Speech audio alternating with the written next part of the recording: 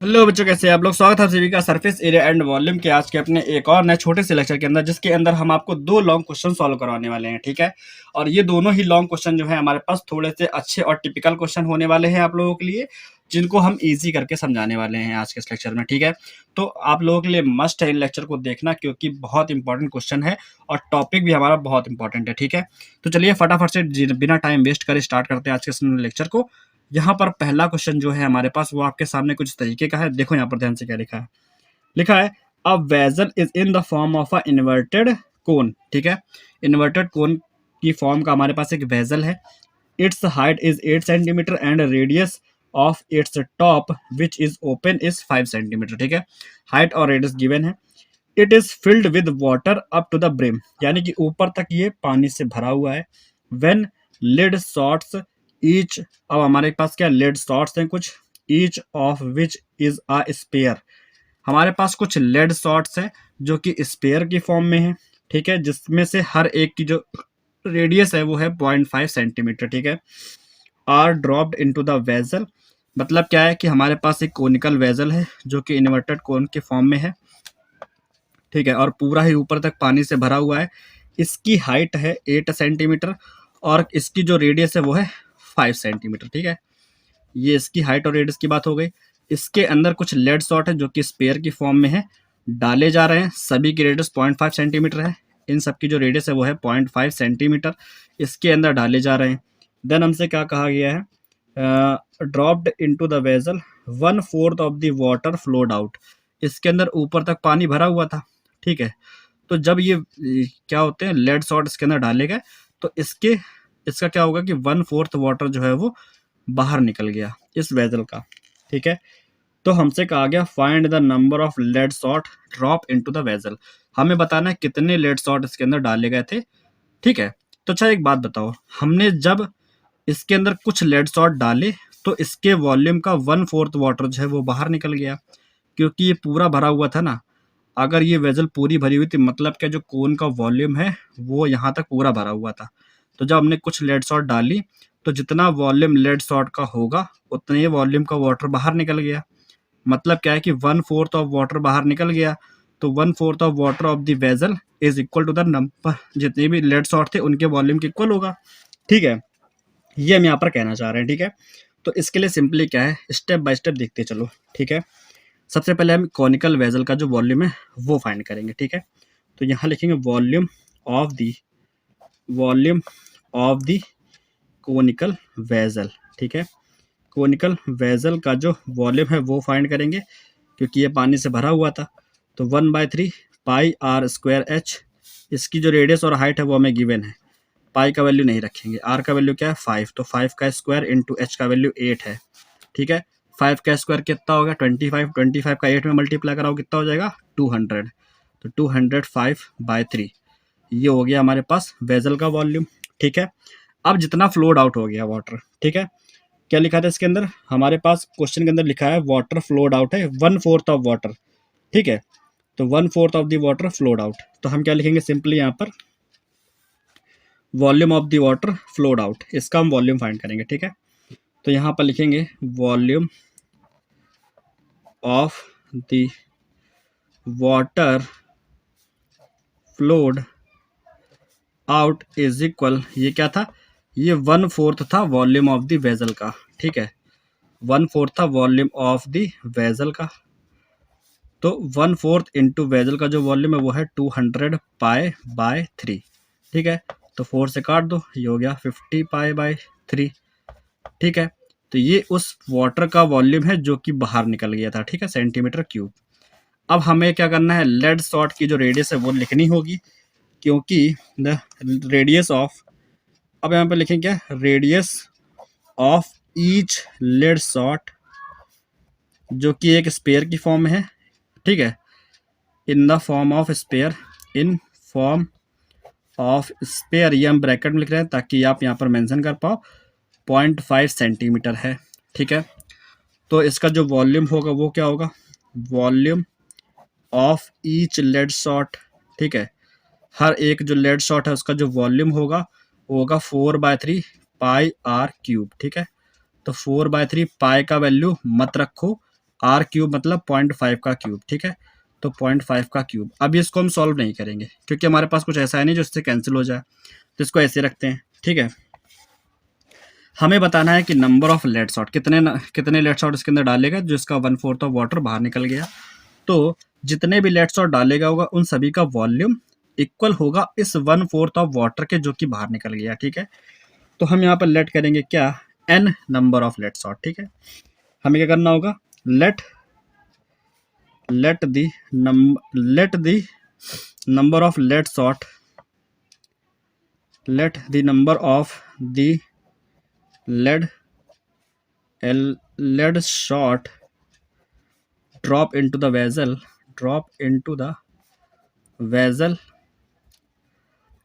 be n, ठीक है। Then क्या होगा, then n into volume of n into क्या नहीं, मतलब अगर 50, 60 या 100, 200 जितने भी लेट शॉट डाले गए वो into volume of a lead shot, ठीक है। एक लेड शॉट का वॉल्यूम, ठीक है, ये इक्वल होगा किसके, जितने भी लेड शॉट डालेगा उन सभी का वॉल्यूम इक्वल हो जाएगा, किसके इक्वल हो जाएगा, volume of water flowed out, ठीक है। Volume of water flowed out, ठीक है, इसके इक्वल हो जाएगा ना। जितना पानी बाहर निकल गया, जितनी लेट शॉट डाले गए थे, तो जितने डाले गए उतना ही पानी तो बाहर निकलेगा, यानी कि जितना लेट शॉट का वॉल्यूम रहा होगा उतना ही वॉल्यूम का वाटर बाहर निकल गया, तो ये दोनों इक्वल हो जाएंगे, ठीक है। तो n का जो वैल्यू है हमें यहाँ से मिलेगा नंबर ऑफ लेट शॉट की फॉर्म में, वॉल्यूम ऑफ लेट शॉट जो कि ये लिखा है 4/3 पाई इंटू आर क्यूब जो कि 0.5 का क्यूब था, और volume of water flowed out जिसका वैल्यू हमने निकाला था 50 पाई/3, ये आ गया 50 पाई/3, ठीक है। देखो इस पाई से ये पाई कैंसिल हो गया, इस 3 से ये 3 कैंसिल हो गया, ये दोनों चीज़ें नीचे चली जाएंगी, तो यहाँ पर n इज इक्वल, यहाँ पे लिखा है 50, ये 0.5 का क्यूब इसके अपॉन में, ये 4 भी इसके अपॉन में, 4 इधर आ गया, और 0.5 का क्यूब यानी कि 0.5 को 3 बार लिख देंगे, ठीक है। ये हमारे पास हो गया। अब क्या करेंगे, देखो यहाँ पर ये 50 लिखा, या पॉइंट हटाओ सबका, तो ऊपर आ जाएंगे 3 0, ठीक है। इस देखो ये आ गया हमारे पास 3 0, ये लिखा है 5, तो एक काम करो 5 1 जा 5 कैंसिल कर दो, यहाँ पर 4 0 होगा, ये 1 हो गया, ठीक है। ये हो गया 10,000 हो गया, अपॉन में क्या बच रहा है 5 5 जा 25, 25 4 जा कितना होता है 100, ठीक है। तो 00 से 00 कैंसिल, हमारे पास नंबर ऑफ लेट शॉट कितने आ गए 100 आ गए, ठीक है। तो यहाँ से n का वैल्यू हमारे पास क्या मिल गया, n जो है वो 100 आ गया, ठीक है। हमने इस वाले क्वेश्चन को कैसे सॉल्व किया, कि कोनिकल वेजल का जो वॉल्यूम था वो इतना था, इसमें कुछ लेट शॉट डाले गए, जितने ही लेट शॉट डाले जाएंगे तो उनका वॉल्यूम जितना पानी बाहर निकल गया उसके वॉल्यूम के इक्वल होगा, तो 1/4 ऑफ वाटर जो है इसका फ्लोड आउट हो गया, तो 1/4 ऑफ वाटर जो फ्लोड आउट हुआ था उसका वॉल्यूम हमने यहाँ निकाला। लेड शॉट जो थी उसका वॉल्यूम क्या होगा, जितनी भी लेड शॉट डाली गई थी वो सारी की सारी सेम रेडियस की थी, तो हर किसी का वॉल्यूम इतना ही था, ठीक है। तो जितनी भी लेड शॉट डाली गई थी वो इंटू में एक लेड शॉट का वॉल्यूम इक्वल होगा 1/4 of the water flowed out जो कि बाहर निकल गया था उसके वॉल्यूम के इक्वल, ठीक है। दोनों को इक्वल रखा, सॉल्व किया, हमारे पास 100 लेट शॉट निकल के आ गई, ठीक है। ये हमारे पास इस वाले क्वेश्चन का आंसर था, बहुत ही अच्छा क्वेश्चन था, बहुत ही आराम से सॉल्व हो गया। अब हमारे पास एक और क्वेश्चन है जो कि लॉन्ग फॉर्मेट का है, और ये सारे के सारे 5 मार्क क्वेश्चन है, तो आप लोगों को ज़रूर से ज़रूर सॉल्व करने चाहिए, ठीक है।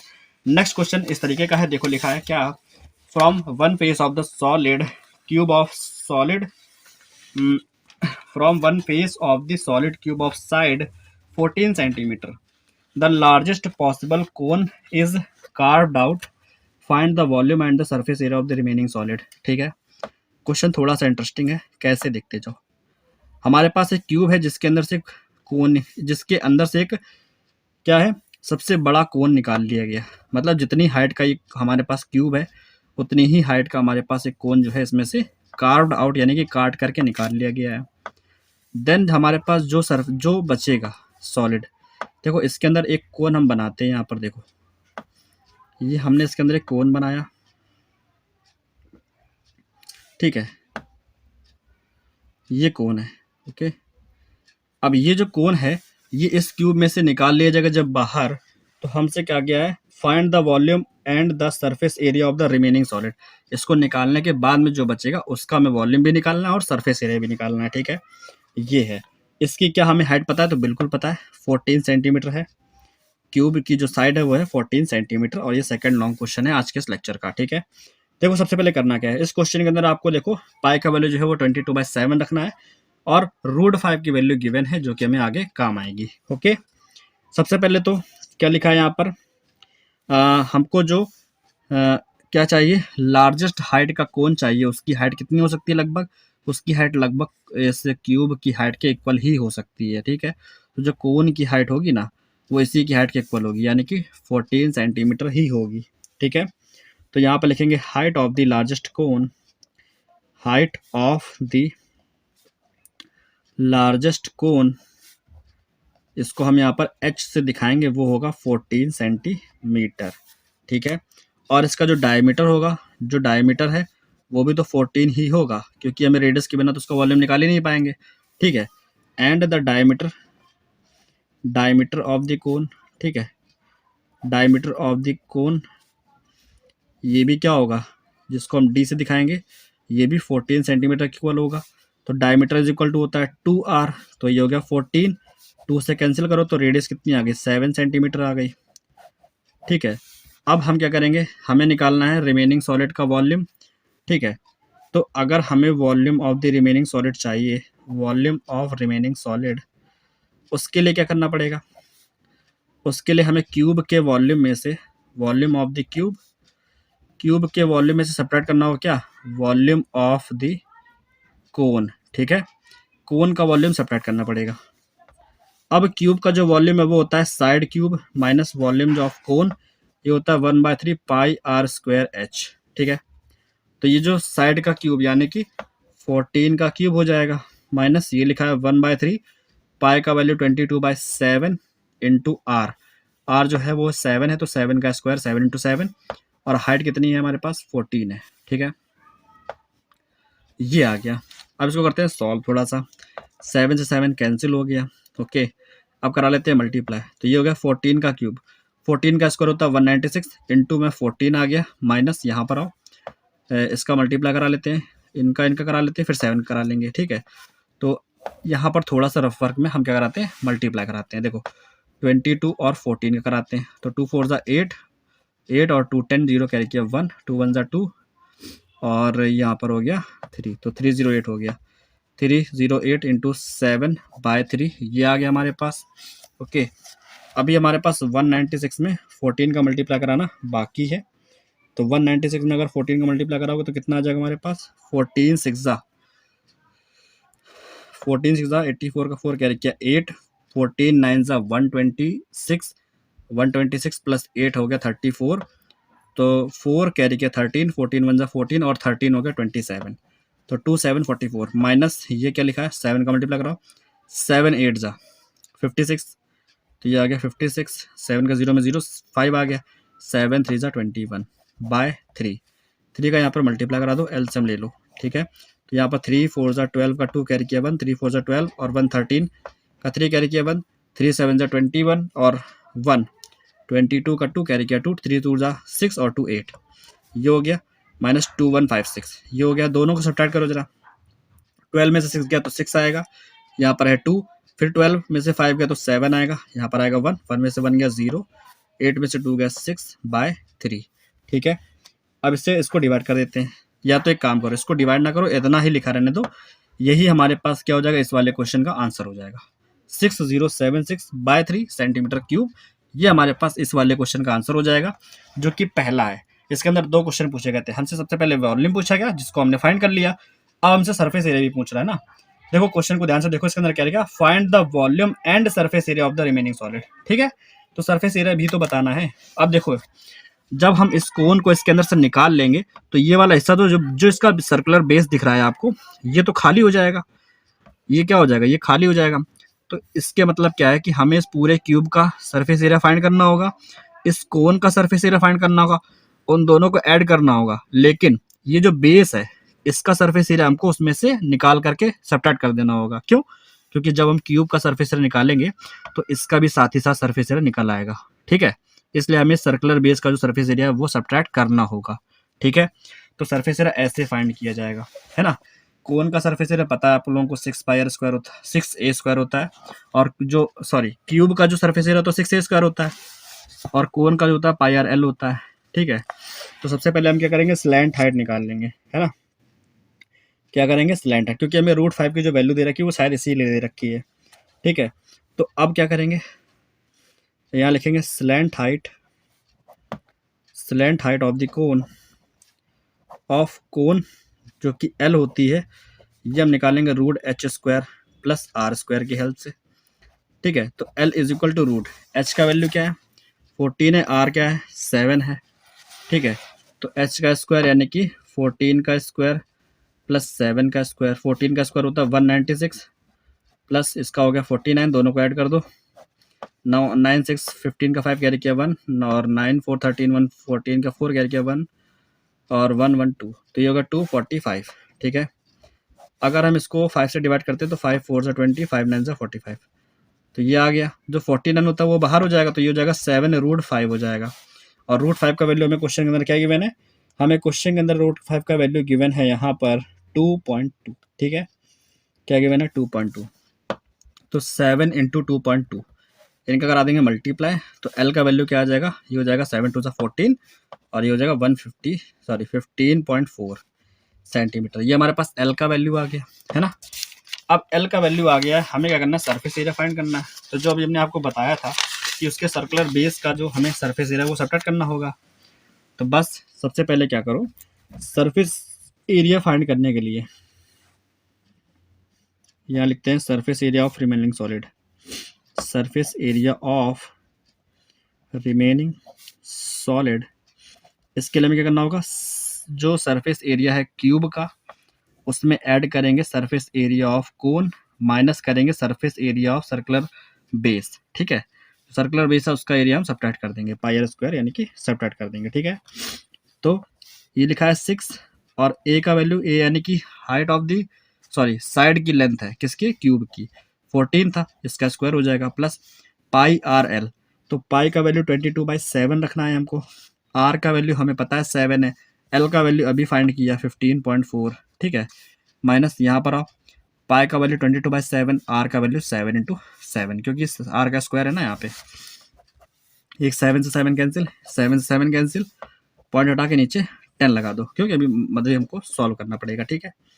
यहाँ पर आओ, ये लिखा है 6, और 14 का स्क्वायर क्या होता है 196, ठीक है, ये हो गया। प्लस अब क्या करेंगे, इस 22 का मल्टीप्लाई इसमें कराएंगे, ठीक है।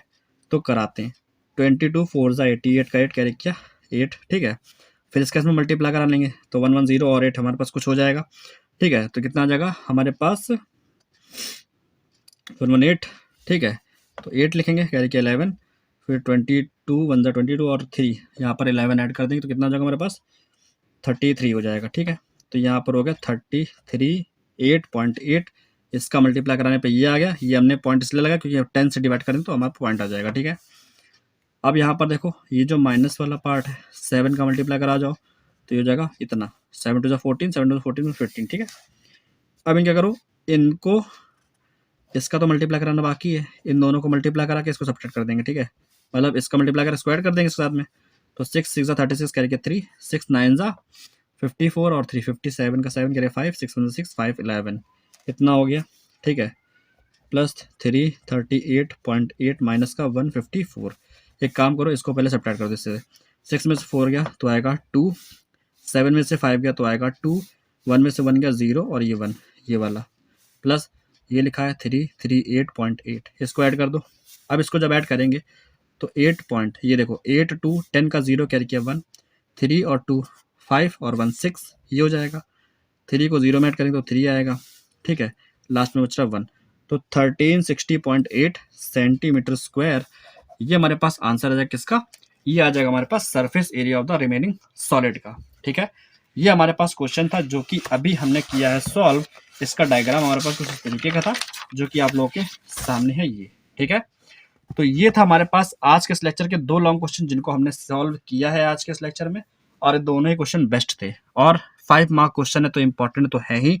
अगर आपने ये दोनों क्वेश्चन सॉल्व कर लिए तो मेरे ख्याल से कोई भी ऐसा क्वेश्चन नहीं बचेगा आपके सरफेस एरिया एंड वॉल्यूम में जो कि आप लोग ना सॉल्व कर पाओ, क्योंकि अभी हमने इसके पहले भी 2 लॉन्ग क्वेश्चन सॉल्व करवाए हुए हैं आप लोगों को और वो भी अच्छे क्वेश्चन थे, ठीक है? और मेरे ख्याल से एक ऐसा क्वेश्चन था जिसके अंदर हमने आपको छोटे-छोटे क्वेश्चन सॉल्व कराए थे सरफेस एरिया एंड वॉल्यूम के, जो कि 5 से 6 क्वेश्चन थे। आप लोग वो वाला लेक्चर भी देख लेना, क्योंकि सरफेस एरिया एंड वॉल्यूम एक मोस्ट इम्पोर्टेंट टॉपिक है। इससे लॉन्ग क्वेश्चन आते ही आते हैं, हर साल आते हैं, आपके एग्ज़ाम में भी आएँगे। तो देखते हैं कि आपके एग्ज़ाम में कौन-सा क्वेश्चन आता है। अगर आपको ये वाला लेक्चर अच्छा लगा हो तो अपने दोस्तों के साथ शेयर कर दो, जो आपके दोस्त पढ़ने वाले हैं, तैयारी कर रहे हैं बोर्ड एग्ज़ाम की, ताकि वो लोग भी इसमें अगर कोई डाउट रहे तो वो लोग इसको सॉल्व करके दूर कर सकें एग्ज़ाम के पहले-पहले, ठीक है? तो चलिए, अगर आपको लेक्चर अच्छा लगा है तो अगर आपको और भी नए टॉपिक के लेक्चर चाहिए, अगर आपका बोर्ड एग्ज़ाम के पहले आपको ये वाला वीडियो मिल गया है, ठीक है? तो आप लोग क्या करो, कमेंट कर सकते हो, जिस भी टॉपिक में आपको दिक्कत है, जिस भी टॉपिक के क्वेश्चन्स आपको फँसते हैं, आप लोग वो टॉपिक कमेंट करके बता सकते हो। जल्द से जल्द आपके लिए वीडियो अपलोड कर दिया जाएगा ताकि आप लोग देख सको और अपने डाउट क्लियर कर सको, ठीक है? तो आज के लेक्चर के लिए इतना ही रखते हैं, मिलते हैं नेक्स्ट लेक्चर में नए टॉपिक के साथ में, नए क्वेश्चन के साथ में। तब तक के लिए गुड बाय, टेक केयर, जिंदगी भारत, मौज करो और पढ़ते रहो, तैयारी करते रहो।